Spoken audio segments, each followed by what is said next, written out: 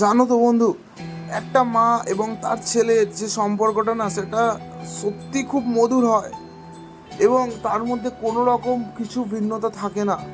কিন্তু একটা বাবা এবং একটা ছেলের যে সম্পর্কটা, সেটা বেশিরভাগ ক্ষেত্রেই না ভালো হয় না। কারণ কেউ কেউ কারো কারো মত এরকম যে আমার বাবা খুব রাগী মানুষ, আমার বাবার ভেতরে হৃদয়টা নেই, আমার বাবা সেই জায়গাটা বোঝে না এবং সবসময় আমাকে শাসনের উপর রাখার চেষ্টা করে। আবার কেউ বা বলে মোটেও না, আমার বাবা না আমার জীবনের সবচেয়ে কাছের মানুষ, আমি আমার বাবাকে সবচেয়ে বেশি ভালোবাসি। যারা এই মতটার পক্ষে না, তারা সত্যি অনেক ভাগ্যবান। আমি বলছি ভাই, তারা সত্যি অনেক ভাগ্যবান। আসলে স্বাভাবিকভাবে বাবারা একটু বেশি শাসন করেন, রাগি রাগি কথা বলেন। কিশোর বয়সে সবচেয়ে বেশি উপলব্ধি করি বাবার কঠোরতাগুলো। আমাদের ছোটোবেলাটা বড় হওয়ার সাথে সাথে নানা রকম বাজে কাজকর্ম, দুরন্তপানা, দস্যিপানা বাড়ার সাথে সাথে বাবার শাসনের মাত্রাটাও অনেক বৃদ্ধি পেতে থাকে।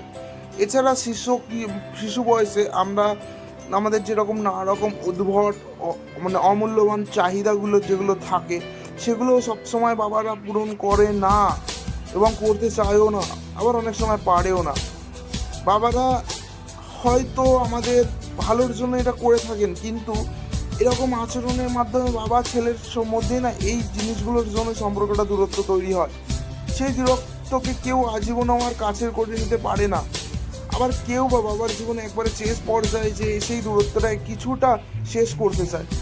আর আমাদের বাবাদের প্রতি আমরা যারা ছেলেরা হই, তাদের এই ইচ্ছাগুলো না স্বাভাবিক অপূর্ণই থেকে যায়। আজকে আমি নিজের বাবাকে হারিয়েছি এবং লাস্ট টাইম আমার নিজেরও এরকমই সিচুয়েশান ছিল। আমি যখন এই জায়গাটা শেষ করতে গেছিলাম, বাবার সাথে একমত হয়ে গেছি ভাই, আর পারিনি, সেই জায়গাটা আমি শেষ করে ফেলেছি। কিন্তু তখন আমার কাছে আর বাবা ছিলেন না। তাই জন্য বলি ভাই, যতদিন বাবা আছে বাবাকে সেই জায়গাটা দাও, একবার চলে গেলে আর ফিরে